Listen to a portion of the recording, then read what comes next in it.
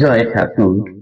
শ্রী শ্রী রামকৃষ্ণ পুঁথি চতুর্থ খণ্ডের অন্তর্গত মহেন্দ্র মাস্টারের আগমন এই অধ্যায় থেকে আমাদের পাঠ হচ্ছে।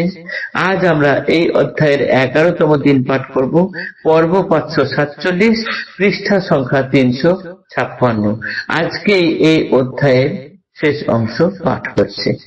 এর আগের পাঠে আমরা দেখেছি ভাতুষপুত্র অর্থাৎ ভাইপো রামলাল আর দুজন ভক্ত, এক হচ্ছে মনমোহন আর এক হচ্ছে গিরীন্দ্র, সুরেন্দ্র মিশ্রের ভাই।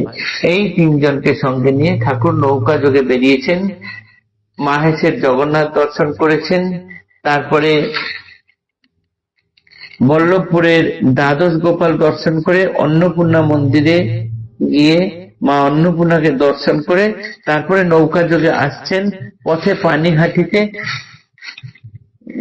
গৌরাঙ্গের মূর্তি স্মরণ করে ঠাকুর মাথা নুইয়ে প্রণাম করেছেন। সেইখানে মনমোহন মিত্রের বেশ কয়েকটি প্রশ্ন এবং ঠাকুরের উত্তর খুব সুন্দরভাবে এর উত্তর দিয়েছেন। সেগুলো আমরা গেল দিনের পাঠে দেখেছি ঠাকুর তাদেরকে বলেছেন যে যেখানে বছরের পর বছর ধরে সমবেতভাবে বিভিন্ন ভক্তরা ঈশ্বর আরাধনা করছেন, তাদের সেই ভক্তিতে ঈশ্বর সেখানে প্রকট হন, ঈশ্বর সেখানে তার বসার জায়গা করেন, সেখানে সহজে তাকে পাওয়া যায়। এই কথা তিনি বলেছেন এবং কালীঘাটের উদাহরণ দিয়েছেন। পরের অংশ আজ পাঠ করব। আজকে সেই বর্ণনায় ঠাকুর দিচ্ছেন, দিয়ে এই অধ্যায় শেষ হচ্ছে। সর্বত্র সমান ভাবে আছে ভগবান, অতি সত্য খুব সত্য না লাগে প্রমাণ। দেখো হিমালয় কোলে সুরঙ্গ সুরতরঙ্গিনী, জনমিয়ে যায় বয়ে পতিত পাবনী। এড়াইয়া কত শত দেশ দেশান্তর, যেথায় মেদিনী বেড়া শুনিল সাগর। পারো কি কখনো তুমি পান করিবারে, আগাগোড়া যত জল গঙ্গার গহ্বরে। যদি তুমি গঙ্গার মধ্যেতে কোন স্থলে এক বিন্দু করো পান নামিয়া সলিলে, তাহাই তোমার পক্ষে যথেষ্ট প্রচুর। পিপাসায় শান্ত প্রাণ কষ্ট হয় দূর, আর সেও গঙ্গা জল অন্য কিছু নয়। মূর্তিতে করিতে হবে অবশ্য প্রত্যয়।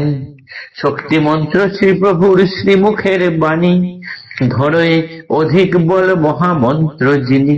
তখনই ঘুচিল সন্ধ্যা ছুটিল আধার, শুনো রামকৃষ্ণ লীলা ভক্তির ভান্ডার। এরে দেয়ার কোলে পাট বাড়ি পরিপাটি, গঙ্গার উপরে গ্রাম যেন পানিহাটি। সুবিদিত সাধারণে অতিরম্য ঠাঁই, মন্দিরে বিরাজে যেথা গৌর নিতাই। দর্শন করিতে প্রভুর হয়ে মন, মাঝি চালাইল তরি শ্রিয়াজ্ঞা যেমন। যবে প্রভু উপনীত মন্দির প্রাঙ্গণে, পাছু পাছু ধাবমান ভক্ত দুইজনে। ভাবেতে আবেশ দেহ হইলা কোসাই, নিহারিয়া মূর্তিদ্বয় গৌর নিতাই। দুজনে কি করিলা শোনহ কাহিনী, সাষ্টাঙ্গ প্রণাম সহ লুটায় অবনী। পূর্বে এই দোহাকার ছিল না কখনো, সাষ্টাঙ্গ প্রণাম করে মূর্তি দর্শন। ঝটিতি প্রত্যয়ে ভাব কেমন দোহার, প্রভুর মহিমা কথা নহে বলিবার।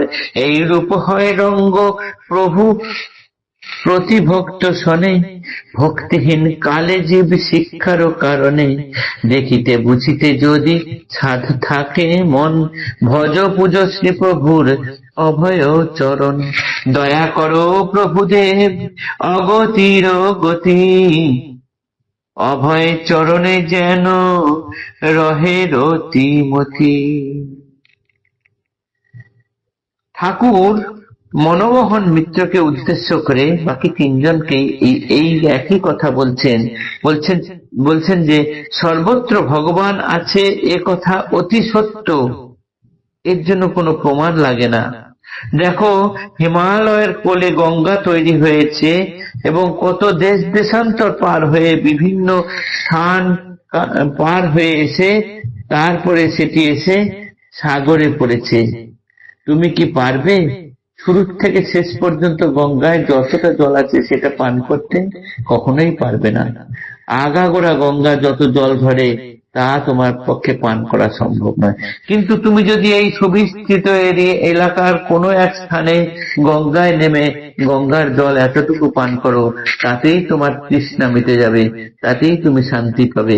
সেই জল গঙ্গারই জল, তুমি শুরুতে হোক বা একদম সাগরে পড়েছে হোক, যেখানের জলই পান করো সবটাই গঙ্গার জল।